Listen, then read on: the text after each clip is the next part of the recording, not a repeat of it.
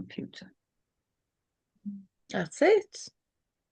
Okay, that's fine. Brilliant.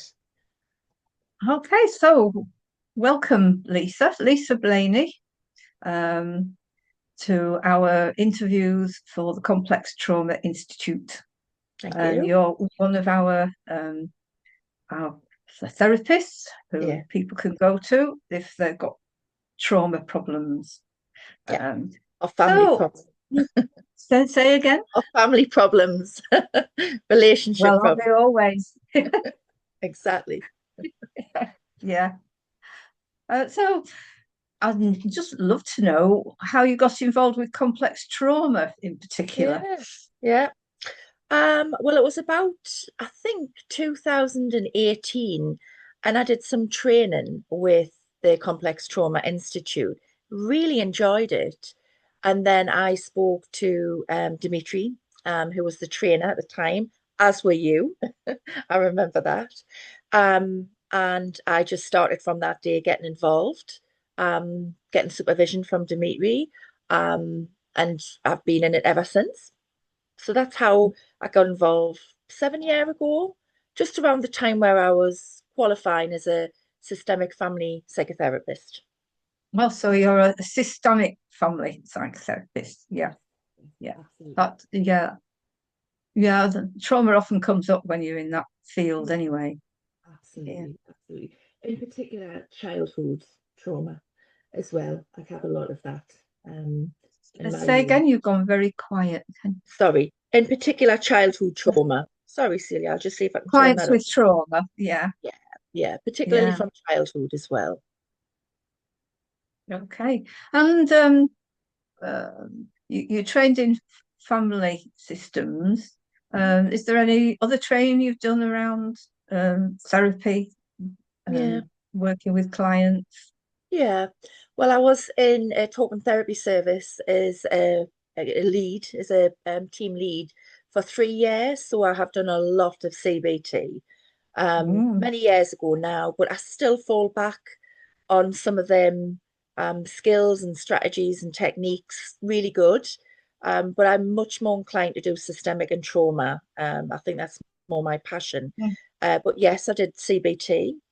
And Yeah. before that, I did 20 year and in a children's service developing and delivering parenting programs many years Wow. ago, from what used to be called mellow parenting all the way through to triple P. So I've always worked with families and children, and I've always Mm. enjoyed that.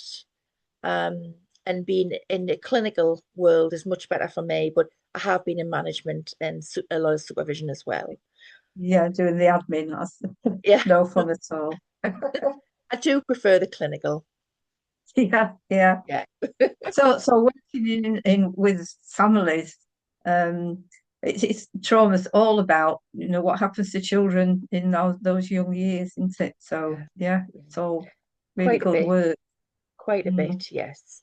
Yeah, working a lot with what's gone on in childhood, quite a bit. But the main work I feel like I do a lot is often in the relationships with their partners. So Yes. I've worked quite a bit in relational trauma, DV, um, people coming out of them situations have been with me sometimes for quite a long time to see them through the whole healing recovery process. And some Mhm. of my most rewarding moments have seen those clients just, being able to thrive at the end of it and, enjoy their life without being on alert all the time. So that's quite a bit, I suppose, what I do. Yes, I'll go. So you've had quite a bit of success with domestic violence clients. Yeah, yeah, it's a really long, very patient, hard journey for them. And I've got two clients in particular from when I first met them, when they were coming out, moving away, coming out of that relationship. And I've got one that I've checked in 5 years later, and I can see her thriving. Our life's Wonderful. different. Our children are adults, which has made a huge difference when your children aren't little anymore, but Yes. also Our children are thriving. She is. She changed country. She changed jobs. She changed everything. She had a wonderful time. But what I realized was she was recovered in managing. There was no alert with our body anymore about the ex. There was none of that. There was our body had and our mind had really recovered. But it was 5 years of hard slog for her. Yeah, it is. I wonder if clients realise how much work they've got to put in. I know, a lot of work. And it wasn't just me. She had many different communities around her, from friends to family to other organizations, Hmm. to colleagues, to work. I think one of the best things we did was to make sure she had lots of different communities of support, but she worked really hard on herself and she had a lot of setbacks and a lot of delays. Um, Court will do that for you as well when we're going through the court system. It's quite traumatic in Oh, itself. yeah, awful. Yeah, Yeah, yeah. yeah. Um, And so I think I would definitely say I dealt with a lot of that. I deal with a lot, not just if we move away from trauma, a lot of co-parenting support. And we've had some great successes with that, as well as some non-successes, if you want to say that. But Well, yeah, co-parenting, that's a big yeah. thing at the moment. That's what I'm saying. I would have liked somebody to show me how to parent when I Yeah, was one. yeah. And parent with the other parent, if you aren't Yeah, together, is crucial, particularly for your yeah, children's well-being. It's absolutely crucial. And from I've done so much in the co-parenting field that I kind of developed a bit of a guideline to help people to co-parent together. And I developed it not just from hearing from parents, but actually asking the children, yes, what is working, what isn't working, what they wouldn't like. I developed it from what's good for them. And so if I ever work in the co-parenting world, which is sometimes very different because, you've got moms, dads, partners with very different values, and they're very angry with each other often by the time they come to me, they've split up, that it's good to have a guideline based on yeah. evidence from people. So I use that as well. When I do a lot of work in parenting, parents trying to get on with the other parent for the well-being of their children. So it's not all trauma. A lot of it is. Yeah, it's a whole minefield, isn't it? Of as you say, different points of view about life, and they're trying to meld together and help their children, and they don't always match it up. I'm not No, explaining that very well. no, no, it's absolutely right. Absolutely. From the time they go to bed to when they have their lunch. And the big one at the moment is screen time. It's I seem Oh, to yeah. spend so much on how we kind of control that, battle that by it's so important for young people to have screen time and to play games and be with their friends. But depending on what house they're in, we need to have more consistent guidelines. Otherwise, adolescents can, and the loveliest way, play parents off against each other to get what they need. Oh, So we've got to yeah, be consistent. So that's a yeah. tough one at the moment. It's a big one. Um, and as a systemic family therapist, I've got to take in not just the beliefs of one parent and another Mm, parent, but the children's well-being, their characteristics, their temperament, and also what the law says as well. Um, absolutely. Yeah. yeah, there's a lot to consider because what I might like my child watch, other people might not, or vice versa. Mm, So, I often say just stay within the parameters, please, of the law. So if it's a PG, fine, don't let them watch a 15. well, that's helpful, isn't it? Yeah. That law's there, so it's not Well, just it you does. saying don't It let them does. watch it. Yeah, I yeah. know, I know. I mean, who am I to say that? But yes, so we do look at, the reason why there is some structure around what children see. Mhm. And also it's so important for them to put that screen down and just be in the moment and just enjoy their relationships with people. It's so important. Yeah. Yeah, and the screen seems to take up more and more time, don't they? Of the parents as well, of the children. Yeah. Yeah, yeah, yeah. Well, I have had a boy who was only 11 say, I feel like my mum is on her phone a lot. So, Mm, when they've worked together with me, we've talked about, the feelings about being on your phone a lot. And it is work. She's got to work. We use our phones for work. But just being yes, able to yeah, talk about, that impact on each other, and when do we put it down, when do we pick it up, how we're going to be clear with each other. Um, I think that's really important to have a couple of boundaries around that for yeah. parents. Yeah, Because it's a whole new part of life, isn't it, that needs different rules, and yeah, we've got to get there, some kind of etiquette around it. Yeah. or just talk about it, just talk about the feelings around it.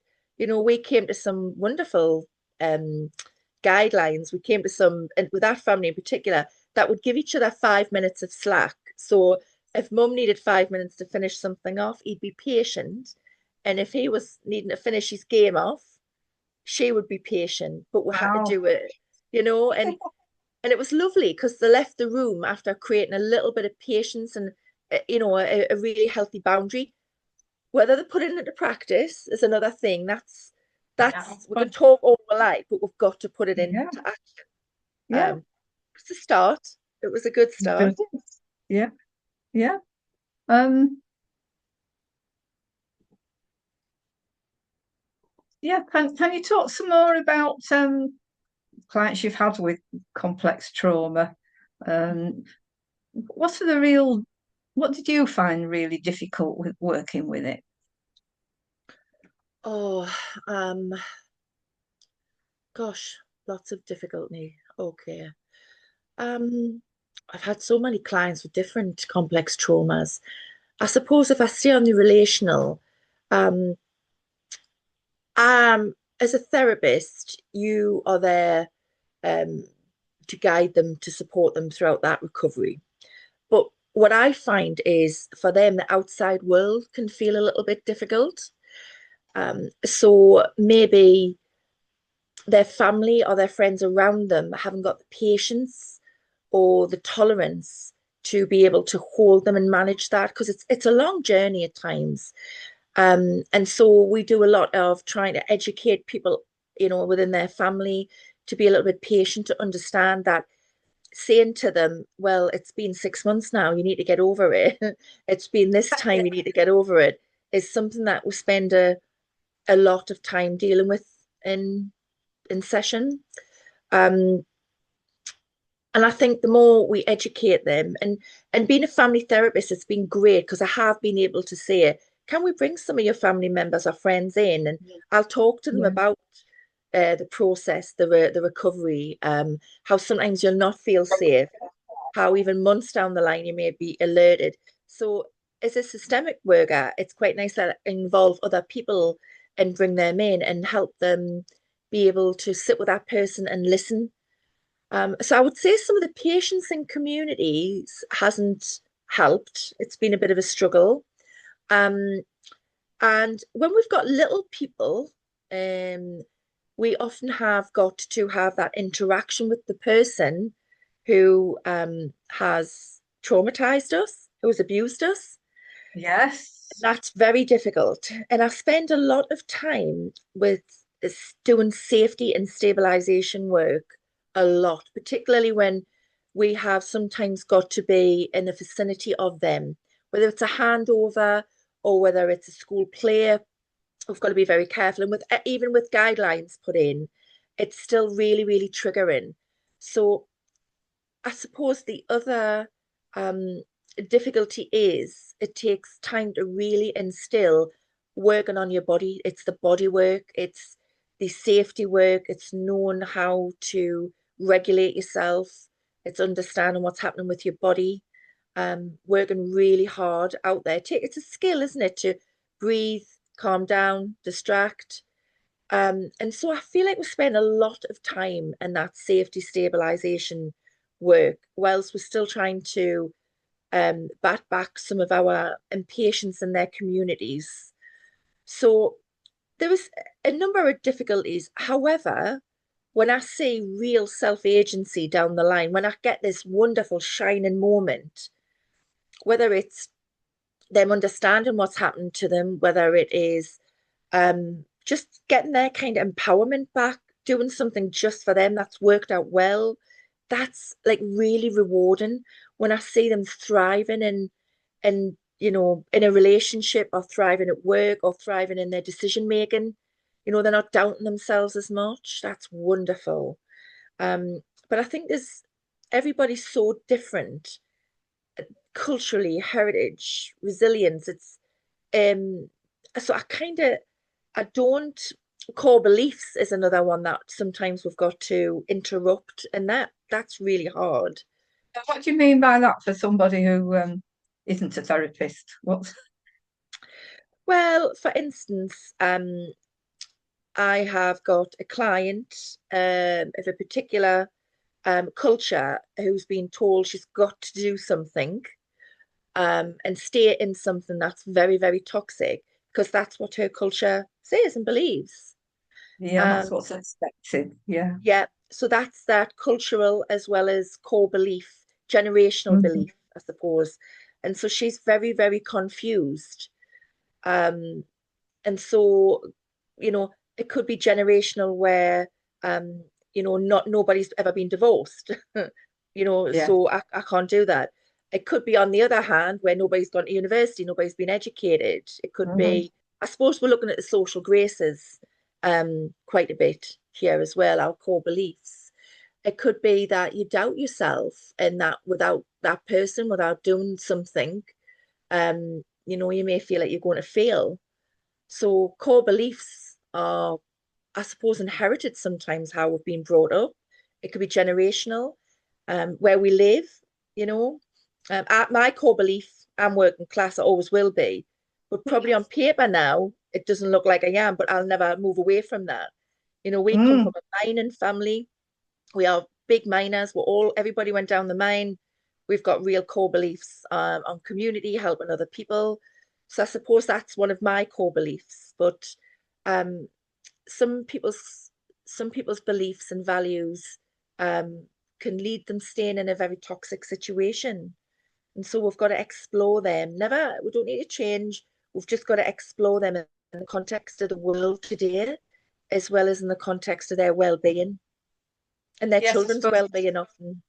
Yeah, they see life from one narrow perspective, sort of helping them to look at it from a wider Yes, viewpoint. yes. Yeah. And that's all we're doing, being curious about those other exceptions, other chapters out there. And it can be scary. And I think patience is important and sticking with the client is Mm. important. Um, but safety, real focus on safety and making sure that they can calm their body down and understanding what happens with their nervous system is Yeah. Can you explain a bit more about how you work with the body? yeah. So the first thing I do with clients is I'll say we've got our thoughts, we've got our brain, our thoughts, but we've also got our body and our body's brain. And for many years, often your body has been managing in survival mode. So education, psychoeducation is the first thing. Um, and we'll just take that slow and we'll look at the nervous system. And I bring diagrams out and we'll look at some episodes in life and they'll go, oh, I see what happened. So educating what's going on is the main thing, fully informing them. And then we start to look at what they've already got in their toolkit because so many of them have got some really great skills already. Well, they've survived already, haven't they? Exactly, exactly. So a few of the skills that immediately was picked up recently was, somebody who goes on a walk, loves vitamin D, doesn't take his troubles out. He really grounds himself with his dog. So that was the first thing that actually Yeah. he used his senses and he felt better. And so we looked at cortisone, we looked at all of them stress hormones and how gentle movement is really good to help lower our adrenaline. So whether it is a walk, whether it is a nice bath, whether it is talking to somebody, a close friend, whether it is, I would do a lot of breathing exercises, progressive Yeah. muscle. I personally do guided imagery myself, so I can talk very easy about breathing, having a drink. But I often ask them just to kind of do a bit of a helicopter, just to try and come out and look down to see what is happening, what you need. Again, getting that different perspective on Yeah, you. Yes. absolutely, absolutely. Yeah. But breathing, again, sleep hygiene, we do a lot of that. That's from my CBT days. That's how I can incorporate a lot of that in. It's still very good to this day. It's so important. Yeah, you've got It to is get a good night's sleep. good night's sleep, good toilet habits. Talk Yes. about that. Good connections, being around people who actually generally feel safe and warm with at that Yeah. time is really important. But movement, we do a lot of movement, move your body, get outside, Mm. get into nature. We do a lot of body work. So I try and link into what they're already doing well. I don't want to give anybody any more pressure or to do something. I'm not There's telling been you to do enough yoga. pressure already. Yeah, absolutely. But they must know that it's in the body. So when we look at trigger work, I always go, so what did your body tell you? Where were you holding it? What was going Yeah. on? So we're doing a lot of educating, and then hopefully, they're in control. But it does take time to practice, practice, practice it out there. Yeah. And I say that. And some clients I don't meet with weekly, I give them Mm. space to practice outside. So we've got a bit of time. Yeah. So body work is very important, I think, for trauma. Um, and some of my clients do yoga, Pilates. I've got a horse rider. She thinks she loves nothing better than going out and riding a horse. But Yeah. when she feels really low, she doesn't do that. And so I really encourage her.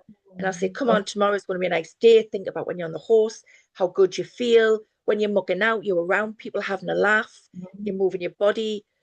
So a lot of my, I suppose, job, I'm very hopeful. I give them some good tips, some good, and I've got to believe in them.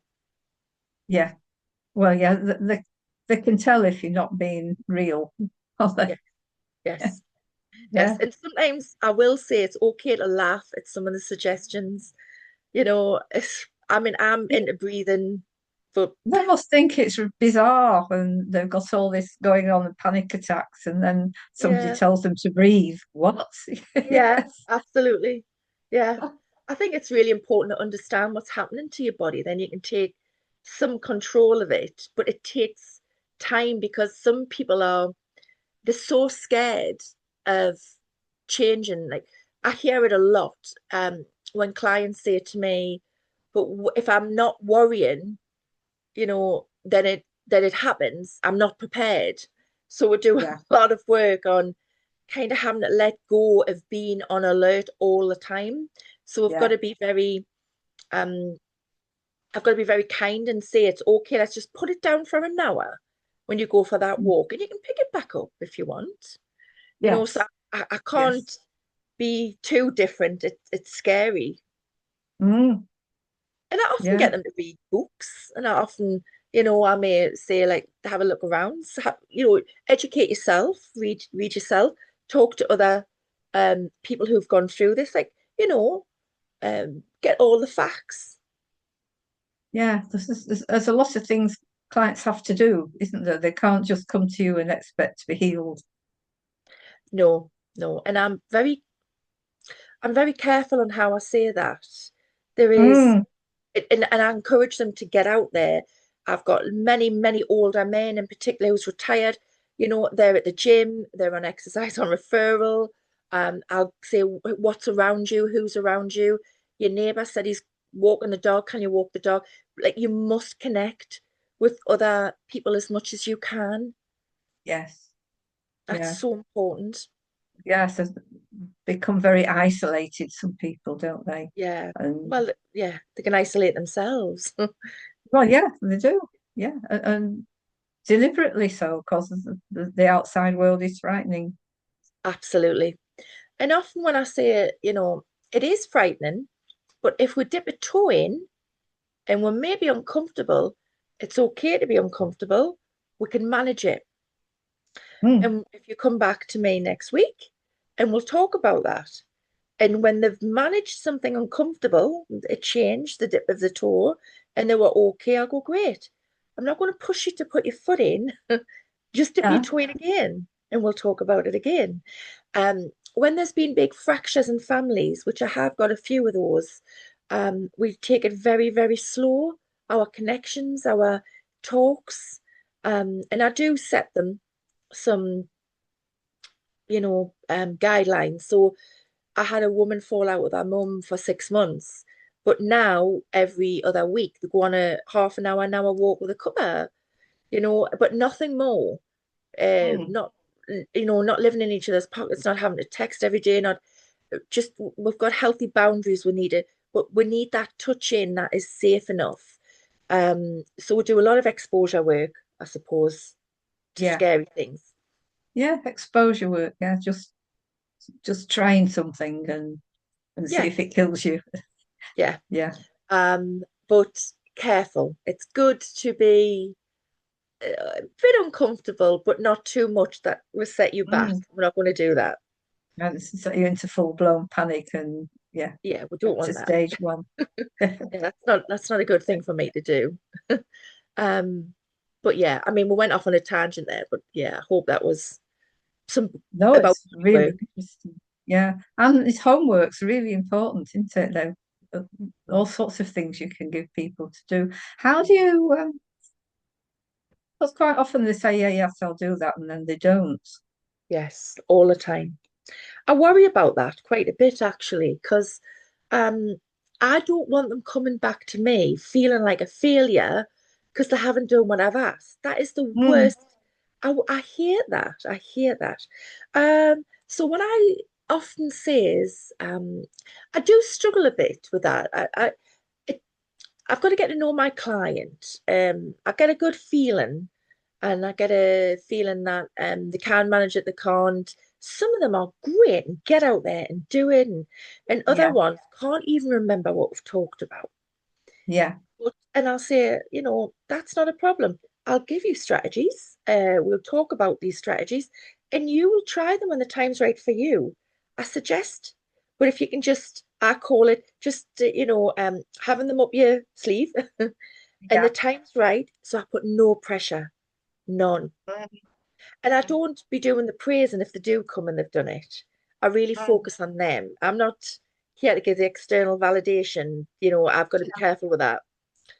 And so if they did go out and they did try something and it was quite good, I say that sounds really good. It's another thing that you can really do when you're needing it and you're feeling that's great. Sounds like a good, it sounds like it worked for you. Um, and if they come back and they haven't done it, or they forgot, or they don't know what I'm talking about, I'll say that's okay. I may reiterate it again. If you ever want to try it again, or you haven't getting out for that walk, that's absolutely fine. Or so I'd put no pressure. The worst thing we want to do, even if they just take one thing out, you know, if the session great, but I'm not going to put them under any pressure or make them have to fit something else into their already hectic life at this point. Um, so I think I'm pretty gentle with that. Mm. Yeah. I mean, don't get us wrong. Sometimes whew, got to take a deep breath after a few months of saying Yeah, that's it's a long why it's time. happening, and Mm. here's a, Not, a, a solution. But again, everybody comes to it in their own time, and I've just got to, you know, give them take that care with them. what do you find they do in the end, sort of begin to take those steps? Well, some of them do. The ones who stick with therapy, like really stick Mm. with therapy, usually do. The ones where I may see one, two, three times and they can't quite fit therapy in, or their life's really, I find that they're a bit chaotic. They're not either not ready for it, it's not their time, Mm. or they kind of disappear. Those are the ones that I'm not really sure if it's what they want to make the change to be any. I think they do want it, but they're not prepared to take that hard step, and it is hard. It's a hard Um, step to change things. yeah, Yeah. but in my experience, the ones who stick with it and prioritize their own needs, look after Mm, themselves, prioritize therapy, prioritize movement, prioritize meeting up with that nice friend, they're the ones that make the biggest step, the biggest difference. yeah. Oh, that's interesting. Yeah. Yeah. And I do have I see a lot of couples and Yeah. I can see I see the couples who absolutely have like they're in this for the long term. They want to make, their relationship thrive better. And then I can see the couples who one of them has dragged the other one. And I can Yeah. see Oh, the lip that service. must happen such a lot. Yeah. And I'm pretty honest. I am pretty honest about what it takes to achieve what they want to achieve. And I'm not here, I'm Mm, not a magic wand here. And so when I can see it, I'm quite honest about my position, and how much work they'll have to put in as well. mm, But also I'm very, I really focus, I suppose, on the real lovely shining moments when I talk about how they met, what they like about each other. So we start off on a very, very positive note and we reminisce and we remember all of them things. So often with couple work, we're looking at what's wonderful already, um, before we gently go into what patterns do we want to interrupt, what isn't mm, working anymore. Um, yeah. and it is a Yeah. pattern and it is both for them to put the graft in. And I'll often say that it's not one person, it's both you got to put this graft in. Yeah, that's difficult, isn't it? Because sometimes, one's the baddie and one's being I know, abused. I know. Yeah. And you're navigating that so much. Like I had a couple the other day, a really lovely couple, and um she's going through a difficult time. And so there's been some nasty words and there hasn't been a lot of tolerance around. And he's licking his wounds a little bit and he's feeling he would like a little bit more kindness and understanding. Mm, And she was very honest about how she needs to approach him and how she needs to look after herself because she's empty mm. at the moment. But also I asked him to take a bit of accountability as well, Yeah. about taking things seriously, leading and not expecting her to do everything. Mhm. So I always give them both a bit of accountability to think about because if you see each other working hard and making the effort, it's a hell of a difference to just one person working. Absolutely. Well, can it be done if just one person's doing the work? No. No, in the long run, it just doesn't work at all. And I do hear that a lot. They're the problem. They need to do that. And I'll say, well, actually, it's the pattern we're looking at. So I'm not blaming anybody. I'm looking at the pattern that's not working. And I normally look at the communication pattern. And I often Mm, do diagrams. I'll show them a diagram. And, what I often find is they're both responsible for keeping this unhealthy pattern going. yes. Yes. Yeah. So Yeah. it gives them both something to do. Yeah. Yeah. And Mm. when you know that your partner's working hard and you're working hard, there's a real sense of closeness and a bit more respect that it's a huge help. The worst thing is if you're working hard and they're not. It actually makes it worse. Come on, what's that like? Oh gosh. There's a lot of breathing could come from me. There is a lot of kindness still. There is a lot of so if it continues down this road, how do you think you'll be in 4 months, 6 months, a year? I'm trying to kind of Question. get Yeah. lots of questions. Um, and sometimes couples stay together and they thrive, and sometimes I'll get a phone call and they've ended it. Yeah. Um, and it's funny because if I'm not here to, I'm here to give you a safe space to talk about what isn't working, and then together we're going and look at what we can put in place to make it Yeah. work. Emotions, everything are, yes, of course, involved in that. Um, but a lot of couples who choose not to stay together will phone me and tell me we've decided to Mm. go separate ways. I had a lovely compliment the other day. We worked really hard. I'm really, really pleased we came to you. We tried our hardest. I would have regretted it if we hadn't, but I'm choosing to step away now from this relationship. Um, and it's never ever a waste of time, therapy, ever. Whether you stay together, whether you don't, you will always, always learn some really valuable, very important lessons for future relationships. Um, the thing I don't do, and this is quite difficult, is when a couple parts, and in the past this has happened quite a bit, not as much because I tell them at the beginning. If a couple parts, I then have a bit of an issue when they ask if I would be their therapist because I can't. Oh, no, No, no, because you're therapist to both of them, not, exactly, exactly. yeah, And I'm very clear at the beginning of everything now, what I do, what I don't, and then I reiterate it again. But that is tough because they'll say, well, you know us, we've got a good rapport. So I always have a big list of Mhm. organizations, therapists, and say, you have a look, see which one is you feel you'd be comfortable with. And it's really important that you get your own. I can't do that.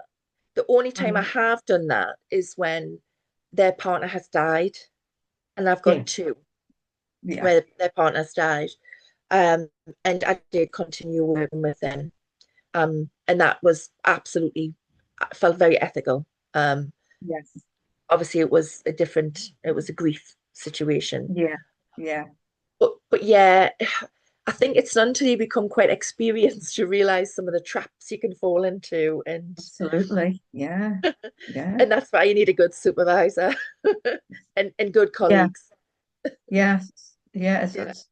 You really need somebody to point out, oh, are you drifting into something Oh that, yes. yeah, What are you yeah, doing? Yeah.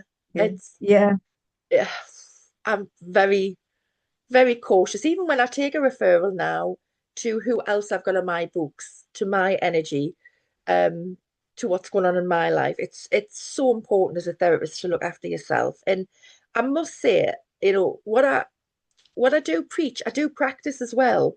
So I feel yeah, quite good about that, movement. hmm, And I like, I do my, mindful breathing and I do all of that. So I feel like I think quite genuine when I'm doing body work with them because I've tried it, I strive to you've do done it it myself. yourself, Yeah. yeah, yeah. And yeah, it is so important to look after yourself when you're Oh, crucial. dealing with these people with these awful things that have Yes. happened to them. Hmm. It can really Absolutely. drag you down sometimes. Well, it does me. Yeah, I find. Oh, Well, I think yes, does everybody. A lot of my yeah, colleagues, it's so important to have things to look forward to have fun. yes, When you can, to get distractions great. A lot of my clients actually pick up quite a bit in the summer because it's light yes, and yeah, they can get out a bit, or um, it's not dreary and dark. So I suppose for a therapist, whatever country you're practicing in, it also has a huge impact. yeah, Um, Particularly for some young men I've been working with, they're just playing football at 7:30 on a Friday night when it's light. They're thriving, so wonderful. Yeah, it is wonderful. wonderful, and take it Yeah, when it's there. But yeah, yeah, you've got to look after yourself. Very you important. do. What you tell your clients, you've got to do yourself. Absolutely. Yeah, and you've got to model it, haven't you? So, yeah, Absolutely, absolutely. And I do get some funny looks because I've got a chair in my room, and it's the chair that I sit on when I do my 5 minute guided imagery, and I always walk through a particular forest. And I'll yes, explain what I do to, when things are pretty tough and I'm doing 5 minutes. I don't know if it's not tough. And some of them just look and go, oh. And other ones go, yeah, I've been doing that for a long time. And I yeah, think, great, okay. wonderful. Yeah, Um, I've got quite a few NHS staff, and they're pretty good. The ones who, you know, uh, are doing well in the marathon of their work are the ones who are looking after themselves and take yes, extra time to have, a quick drink and a biscuit and a breath is yeah, important because it's There's Yeah. some really difficult, there's people navigating some difficult work situations as well. Yeah, the workplace doesn't always allow you to look after yourself. You have to, Oh, well, find a non-practice. way. They do Mm, see it and then non-practice. And yeah, then some I've seen some organizations who are outstanding and I'm wow, work for them. mm, They're brilliant. yeah, And then I've seen other ones that, within a week or two, even though your occupational health guidelines and your notes say that you can't do something, they've got you in it. And I often say to my clients to just take your occupational health notes around with you because it's so busy yeah, in so many worlds, they forget. Sometimes yeah. a nasty intent. But yeah, there's some interesting characters in some organizations. They're always hard wherever you work. There's something. Exactly, exactly. We've all got stories of that, haven't we? And Yeah, how we dealt with it. yeah, Gosh. Not just therapists, but clients, but family members as well. Yeah. yeah. Is there anything else you want to say? It's been a delight talking to you today. I've really enjoyed it. I've been wanting to do this for a while. No, I think it's been wonderful. Celia, and I really thank you for these lovely questions you've asked. And I know I've done a lot of talking, but it's been really Well, I've nice. learned a lot from you as well. Yeah, Oh, thank you. That's yeah, really because I'm trained person-centered therapist, just sitting in a room with one person. So it's oh, been really difficult getting out of that box, getting that room. yeah, yeah. Oh, Mm, yeah. No, I think I feel, yeah, I think yeah, I'm probably finished. I'm probably finished talking. I probably need another right. cuppa now. Yeah, and I think I would suggest you put some of that stuff, that new stuff you're working on, down in Yeah, writing, and yeah. we'll put it into action somewhere. Yeah, Okay, send it okay. out there into the world. It's needed. It is absolutely, absolutely. And like, if anybody wants to get in contact or have a chat about anything we've talked about, quite happy for them to do. Just email me. Right. So you want to say what your email is? I would love to, but it It's right. complicated. It is, and I wish years and years and years ago I hadn't done it. But it's L Blaney, family practitioner at gmail.com. Well, that's easy enough to follow. Oh, it's the practitioner part. You either know how to spell it or you don't, and even I get confused. But years and years ago, we had to call ourselves practitioners when I first got it. Yes. Obviously, now you're a psychotherapist. I'm not changing it. It's No. inbuilt from us being young. Yeah. And you don't changing emails. Just wouldn't want to do that. It's my life No, now. That's email. I Yeah. know, I know. Or maybe I should put myself and get a bit uncomfortable and do it. I'm Yeah. not. I'm not Yeah, going out. we'll make sure we've got that in your notes if it Oh, goes thank you, on Cynthia. YouTube, Thank you and so much. all your Appreciate it. details will be on the website for complex trauma website. So Oh, it's that's been wonderful. wonderful talking It to you. really Yes, has. Thank you so yes. much. Really And thank appreciate you it. very much. Thank you, Okay, I'll Celia. say goodbye then. Bye. Oh, have a lovely day. Bye. You and you.